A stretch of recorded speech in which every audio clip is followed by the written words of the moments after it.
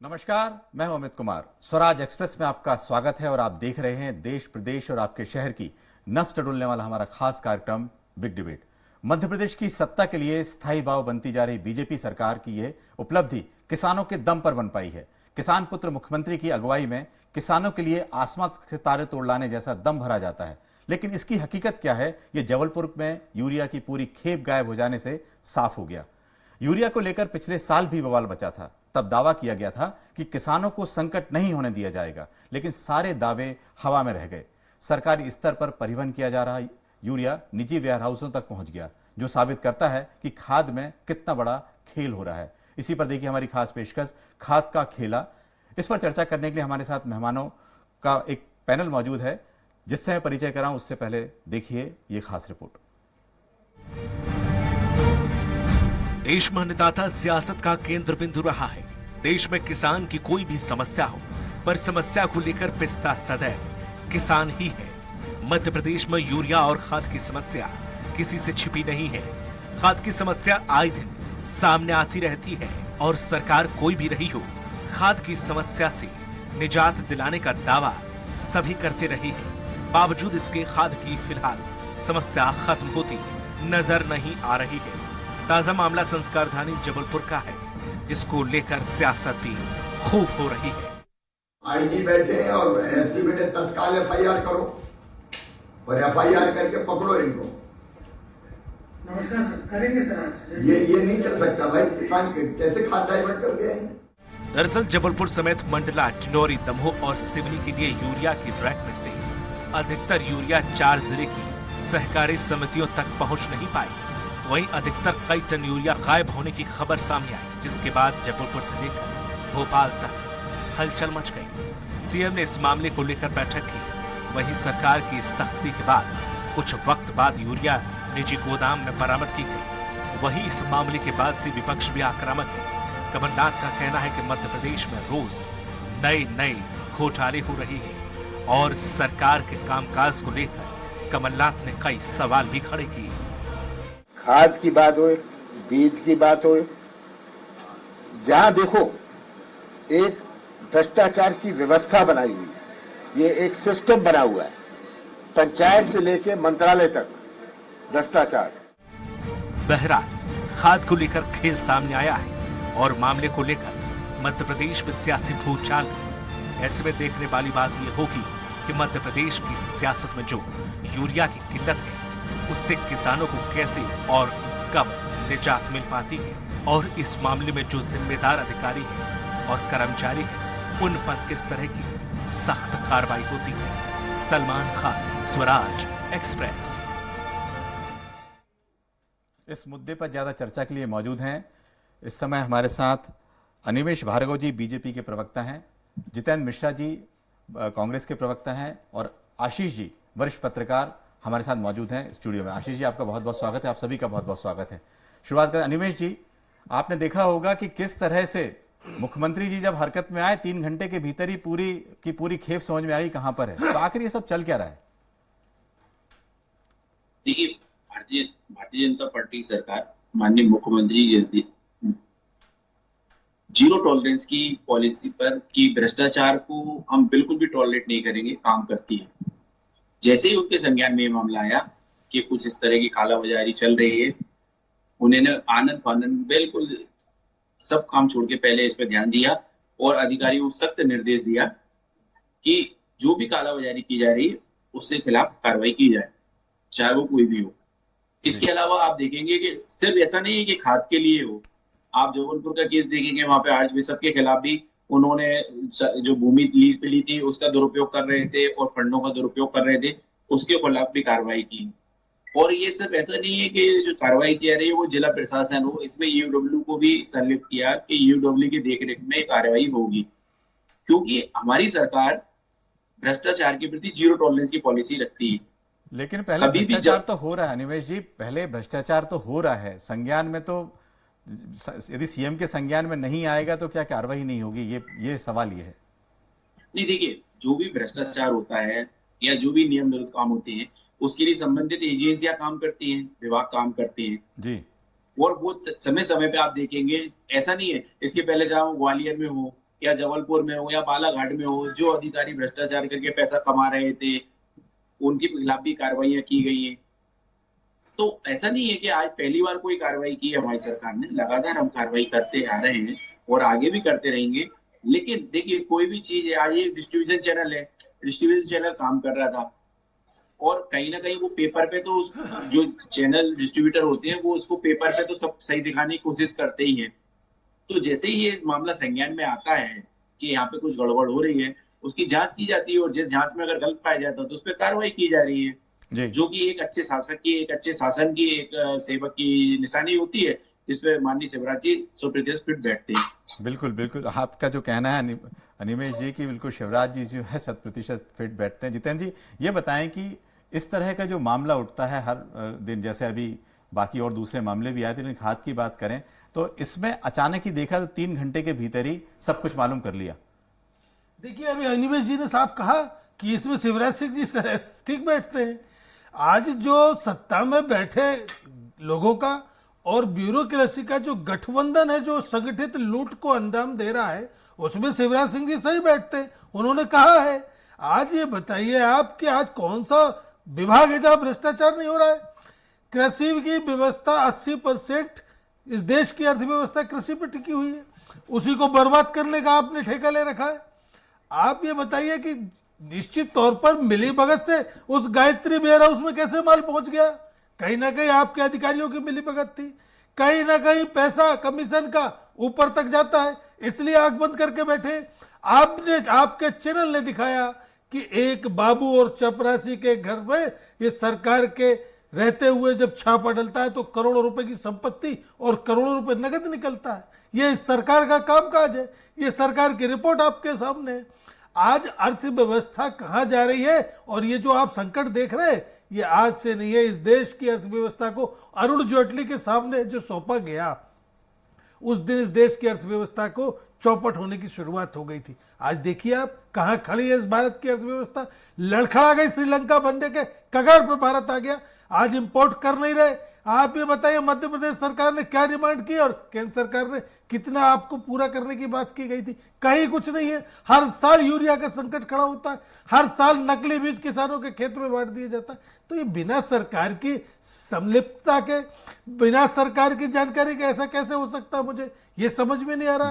निश्चित तौर पर आप आंख बंद करके बैठे क्योंकि आपको मालूम है कि हम कहीं ना कहीं सब्सिडी नहीं दे सकते, इसलिए आप जैविक खेती की बात कर रहे हैं। जी, जवाब लेते हैं। अनिमेश जी आपके पास आते हैं, लेकिन इस समय अजय आशीष दुबे जी से हम पूछना चाहेंगे। आशीष जी, मामला ये है कि खाद की जो कमी, एक प्रकार से देखा जाए कि 11 लाख मीट्रिक टन खाद मध्य प्रदेश को चाहिए होता है। खाद को लेके एक बड़ा सेंसिटिव किसान का हम लोग ने देखा है, कई जगह लाइनों में भी लगा रहता है। इस मध्य प्रदेश में चूंकि बीजेपी की गवर्नमेंट है, इतना संकट नहीं है, लेकिन इस तरह का जो गोलमाल हो रहा है उसको आप किस नजर से देखते हैं? देखिए, पहला तो ये गोलमाल का जो ये ताज़ा मामला है वो तो साफ तौर पर जो है प्रशासन की, मैं ये कहना चाहूँगा प्रशासन की निगरानी में ही एक तरह से गोलमाल हुआ है। इसलिए क्योंकि मुख्यमंत्री सुबह 7-8 बजे बोलते हैं और उसके बाद 12, साढ़े 12, 1 बजे तक वो बरामदगी हो जाती है। तो इसका मतलब है कि अफसरों को पता था कि वो लीकेज कहाँ से हुआ है, कहाँ पर उतारा गया है माल, कहाँ डंप है। तो ये अपने आप में सवाल है। अगर इसमें सीएम ने कहा है कि एफआईआर की जाए तो वाकई की जानी चाहिए, मुकदमा चलाया जाना चाहिए और पता लगाया जाना चाहिए कि ये लीकेज कैसे हो रहा था और कितना हो चुका था पहले। ये ब्लैक मार्केटिंग और इससे जुड़ा हुआ पूरा मसला है। बिल्कुल तो जी। और जी हाँ, और दूसरा ये है कि जो अपने सिस्टम में जो यूरिया संकट का मामला बार बार जब कई सालों से जो भर रहा है खाद का, तो इसको ये प्रशासन बल्कि कहूँ कृषि विभाग का और प्रशासन से लेके यहाँ कृषि विभाग का जो महकमा है उच्च स्तर पे, वहाँ तक का असेसमेंट ही कहीं ना कहीं कोई गड़बड़ है। क्योंकि अभी ये मामला जो आया है जबलपुर का, इसके अलावा प्रदेश के कई हिस्सों में इस तरह के मामले, कुछ शिकायतें धीरे धीरे बढ़ रही हैं। तो कई तरह के इस तरह के मामले हुए होंगे, खाद की आपूर्ति बराबर नहीं हो पा रही है। तो उसके लिए जो आकलन कृषि विभाग का है, एक तो वो मुझे लगता है बार हर साल जो क्राइसिस पैदा होता है वो होता है, और दूसरा खुद कृषि विभाग में ही कहीं ना कहीं बहुत बड़ा लीकेज है। वरना 3-3.5 घंटे में 3 करोड़ रुपए का यूरिया कैसे बरामद होगा जब एफआईआर की धमकी दी जा रही है? तो ये आपने भी उसी बात को उठाया है कि आखिर इतनी फौरी देखा जाए तो 3-3.5 घंटे के अंदर में इस तरह की बरामदगी होना। जी अनिमेश जी, ये बताएं कि अभी किस तरह की कार्रवाई हुई है? मुख्यमंत्री जी ने तो कह दिया कि अभी कार्रवाई एफआईआर होनी चाहिए, लेकिन अभी तक खबर आई नहीं है एफआईआर की। नहीं देखिए, प्राथमिक तौर पे बरामदगी हो गई है और एफआईआर करने के लिए देखिए एक जो प्रॉपर प्रोसेस होता है उसको फॉलो किया जा रहा है, साक्ष्य जुटाए जा रहे हैं, जिम्मेदारी तय की जा रही है और निश्चित आप इसके लिए बेफिक्र रहें कि आप देखेंगे उन पे कठोर से कठोर कार्रवाई होगी, चाहे वो जबलपुर में कालाबाजारी वाला खाद हो या आर्च बिशप हो। देखिए हमारी सरकार भ्रष्टाचार के खिलाफ, कालाबाजारी के खिलाफ जीरो टॉलरेंस के साथ खड़ी हुई है। कहीं भी ऐसा संभव नहीं हो सकता है कि कोई चीज संज्ञान में आए यहाँ गलत हो रहा है और उस पर कार्रवाई नहीं की जाएगी। अब रही बात हमारे कांग्रेस कार्यकर्ता साथी कह रहे थे कि कहीं पटवारी के घर पकड़ा जा रहा है पैसा, कहीं किसी, तो मैं इनको ये बताना चाहता हूँ कि ये जब इनकी सरकार थी, 15 महीने की सरकार थी, तब भी अधिकारी काम कर रहे थे। तो ऐसा नहीं है कि ये भ्रष्टाचार या कालाबाजारी करने वाले अभी सिर्फ जब बीजेपी की सरकार आई तभी पैदा हो गए। तो आप जब कांग्रेस पार्टी इस तरह की बात करती है तो कहीं ना कहीं वो एक उंगली सामने उठाती है और 3 उंगली इसकी तरफ खुद होती है कि भैया आपने क्या किया। अगर आप इतना अगर आरोप करता हो, और फिर कांग्रेस पार्टी को तो आरोप लगाने का सवाल ही नहीं उठता। अभी मैं एक दूसरे चैनल पे कांग्रेस के एक प्रवक्ता के साथ बैठा था, वो कह रहे थे कि हम आरटीआई लगा के पूरे प्रदेश में जानकारियां जुटा रहे हैं और उनको सार्वजनिक करेंगे। मैंने उनको भी सलाह दी थी और मैं यहाँ हमारे जो कांग्रेस साथी बैठे उनको भी सलाह दे रहा हूँ कि आप अगर आरटीआई लगा रहे हैं और अगर पूरी जानकारियां जुटा रहे हैं तो कृपया करके अपने दिल्ली में जो आपके राष्ट्रीय अध्यक्ष और पूर्व राष्ट्रीय अध्यक्ष जी भ्रष्टाचार के मामले में बेल पर चल रहे हैं उसकी भी आरटीआई लगाएं और उसको भी सार्वजनिक करें कि वास्तव में उनके खिलाफ जो केस चल रहा है वो सही है कि नहीं। क्योंकि देखिए कहीं ना कहीं यार कोर्ट ने उनको जमानत दी है तो आरोप तो सिद्ध थे ही, तभी जमानत की बात आई, नहीं तो केस रद्द हो जाता। तो जिस पार्टी का मुखिया ही भ्रष्टाचार में लिप्त हो और अपनी खुद की पार्टी की प्रॉपर्टी में भ्रष्टाचार करता हो तो उससे आप एक मिनट मैं बड़े धैर्य के साथ सुन रहा था। एक सेकंड बस। इस समय ओपीएस भदौरिया जी जुड़े हैं, कैबिनेट मंत्री मध्य प्रदेश के हैं। उनसे एक सवाल है, जो हमारी जो चर्चा चल रही है उस मसले को लेकर। भदौरिया जी, आपको आवाज आ रही है? हाँ जी, आ रही है जी। मामला यह है कि जो मध्य प्रदेश में खाद की किल्लत तो नहीं है, लेकिन जो जिस तरह का गोलमाल चल रहा है, अभी जबलपुर में यह हुआ 3 घंटे में शिवराज जी ने उसको ट्रेस आउट कर लिया खाद को। 1000 मीट्रिक टन से ज्यादा जो खाद थी वो कहीं गोदाम में जानी थी और कहीं चली गई थी। क्या कहेंगे इस पूरे भ्रष्टाचार के मामले को? मैं यही कहना चाहता हूं आपके चैनल के माध्यम से पूरे प्रदेश की जनता को जी कि ये माननीय हमारे मुख्यमंत्री जी की तत्परता, सक्रियता और पूरी निष्ठा और ईमानदारी के साथ मध्य प्रदेश के किसानों के साथ न्याय हो जी, इसका एक प्रतीक है। जिस तरह से माननीय मुख्यमंत्री जी ने कार्यवाही की है वो इस बात का प्रमाण है और इस बात का संकेत है कि किसी भी तरह की कालाबाजारी और भ्रष्टाचार मध्य प्रदेश में भारतीय जनता पार्टी के नेतृत्व में सहन नहीं किया जाएगा। और चाहे कोई कितना भी बड़ा अधिकारी उसमें लिप्त हो या कोई और व्यक्ति लिप्त हो, अगर इस तरह का भ्रष्टाचार होगा तो तत्काल उस पर कार्यवाही की जाएगी। जी, लेकिन भदौरिया जी, आप भी किसानों के नेता हैं और आप भी सब चीजों को जानते हैं, प्रदेश की स्थिति क्या है, नकली बीज से लेके या ये जो स्थिति पिछले साल तक तो काफी संकट था, उस पर जो स्थितियां हुई थी ग्वालियर, मुरैना, भिंड से लेके सब जगह सबको मालूम है।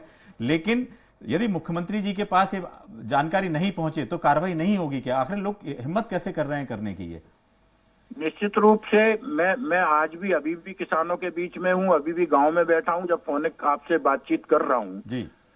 पूरी निगरानी भारतीय जनता पार्टी का हर एक जो प्रतिनिधि सरकार में हो या संगठन में हो जी, उसको पूरी निगरानी रखने का माननीय मुख्यमंत्री जी ने निर्देश दिए और हम बराबर प्रतिदिन इसका रिपोर्ट ले रहे हैं, कितना खाद क्षेत्र में आ रहा है, कितना बट रहा है और कितना स्टॉक में है। किसानों से भी बात कर रहे हैं, अधिकारियों से भी बात कर रहे हैं और प्रतिदिन का रिपोर्ट भी हम ले रहे हैं। और मैं आपको आश्वस्त करना चाहता हूं कि इस तरह की कोई घटना हम नहीं होने देंगे, हमारी सतत निगरानी जारी है। जी, बहुत बहुत धन्यवाद आपका, आपने कीमती समय दिया।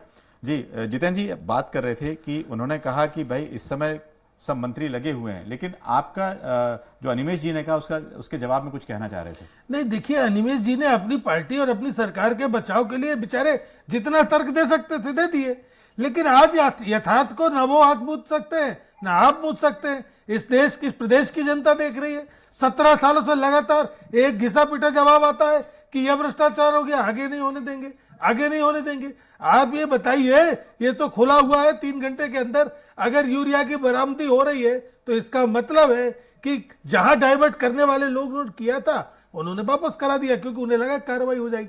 लेकिन मेरा फिर वही कहना है कि ये सरकार में बैठे भ्रष्ट राजनेता और ब्यूरोक्रेट मिलकर के एक संगठित लूट को अंजाम दे रहे हैं इस प्रदेश में। आप ये बताइए, मैं फिर कह रहा हूं, चपरासी के घर से करोड़ों रुपए नगद और अरबों रुपए की संपत्ति निकल रही है, क्या सरकार को दिख नहीं रहा? सरकार किस एजेंडे पे काम कर रही है?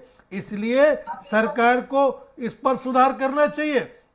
कहा तो तय था चरागा हर घर के लिए, कहा रोशनी भी मैसर नहीं शहर के लिए। हर साल लूट होती है कि खाद को लेकर के, यूरिया को लेकर के हर साल किसान ठगा जाता है। 2022 में दुगनी किसान की आय की बात कर रहे थे, आज किसान की आय आत्महत्या करने पर मजबूर किसान इनके शासनकाल में हुआ है। जी, अनिमेश जी ने एक सवाल भी किया था कि आपकी जब यहाँ 15 महीने की सरकार थी उसमें कितने लोगों पर इस तरह की कार्रवाई हुई थी? जो बिल्कुल बिल्कुल अमित जी, अनिमेश जी का तरीका नहीं है। भारतीय जनता पार्टी सिखा के भेजती है हर प्रवक्ता को कि जब अपनी सरकार पर सवाल आए तो पिछली सरकारों की बात करने लगो, जब आपकी सरकार से सवाल पूछा जाता है तो आप नेहरू जी से सवाल पूछने लगते हो। अनिमेश जी का कसूर नहीं है, ये भारतीय जनता पार्टी का अपनी जिम्मेदारियों से बचने का एक तरीका होता है। जब प्रधानमंत्री सरकार में आए थे तो उन्होंने क्या कहा था कि अब बहुत हुई महंगाई की मार, अब की बार मोदी सरकार।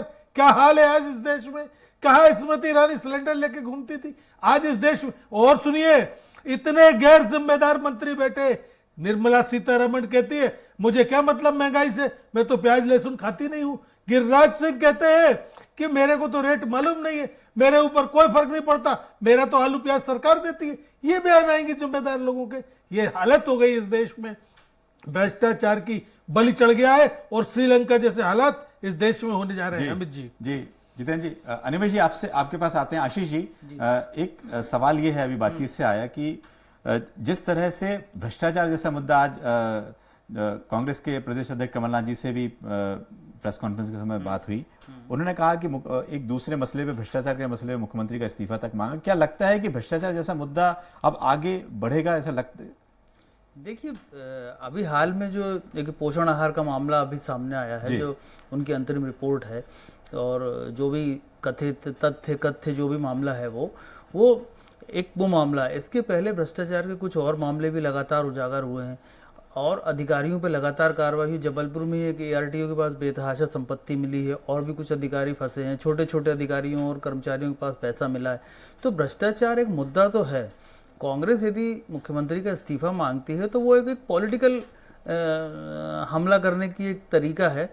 अब ऐसी स्थितियां होती नहीं है इस तरह के मामलों में कि इतनी उच्च नैतिक मापदंड वाला मामला सामने आए, लेकिन इसमें यह नहीं है कि शिवराज सिंह का कोई दोष है या कहीं कोई सीधी गलती होगी, ऐसा माना जाता है। लेकिन उनकी निगरानी में ये था कि जैसे भ्रष्टाचार के मुद्दे पर जब याद हो आपको 2G 3G और पूरे स्कैम को लेकर बातचीत होती थी, क्या लगता है कि अब मध्य प्रदेश में इस तरह का मुद्दा उठेगा भ्रष्टाचार का? नहीं, निश्चित तौर पर इस मामले में मुहिम होनी चाहिए, और सियासी दल ही नहीं है, इसमें जो जनसंगठन है, जो आम लोग हैं, उनको भी इसमें आगे आना चाहिए, क्योंकि भ्रष्टाचार जब होता है तो कहीं ना कहीं एक आम आदमी का हाथ मारा जाता है। तो इसलिए इसको मुद्दा बनना चाहिए।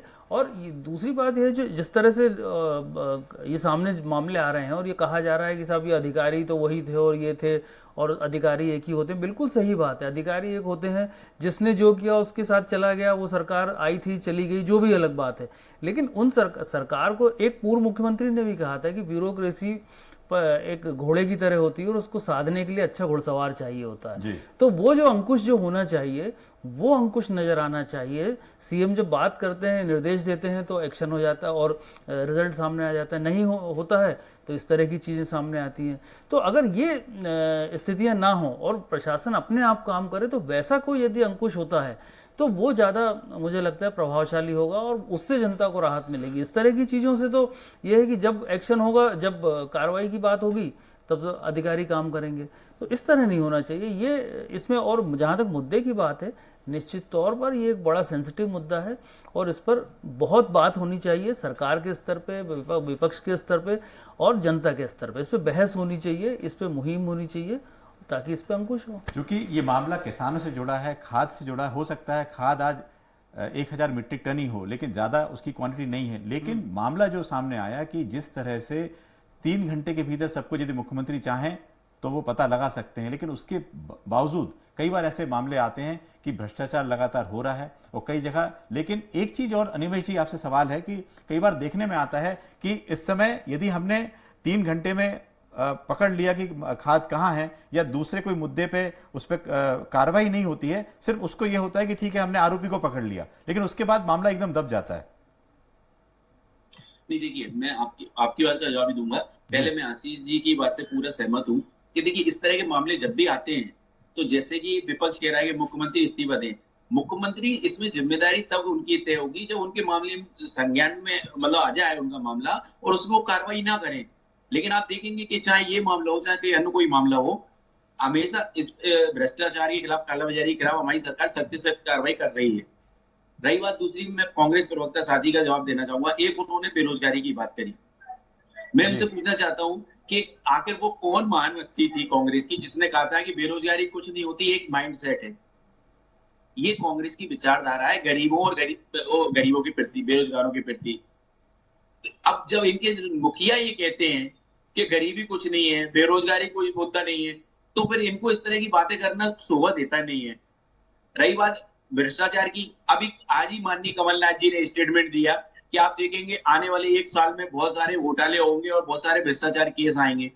तो मैं तो एक जिम्मेदारी के साथ ये बात रख रहा हूं कि मुझे तो इस बात की पूरी शंका है, क्योंकि 1-1.5 साल बाद चुनाव होना है और माननीय कमलनाथ जी इस तरह की साजिशें रचने में एक्सपर्ट हैं। हम 1984 के दंगों में उनका देख चुके कि किस तरह से उन्होंने हजारों लोगों की बलि दे दी थी, एक साजिश रख के जिसमें लोगों को जिंदा तक जला दिया गया था। तो मुझे तो इस बात का भी डर है कि कहीं ऐसा तो नहीं कि ये आने वाले 1 साल में इस तरह की जानबूझकर भ्रष्टाचार की साजिश समझ में नहीं, भ्रष्टाचार की साजिश किस तरह से का माहौल बनाने का प्रयास करें। अनिमेश जी, तो मैं तो अपना भ्रष्टाचार की साजिश की बात की कि 1 साल में भ्रष्टाचार की साजिश कुछ ऐसी हो जाएगी, वो किस तरह समझ में नहीं आई बात।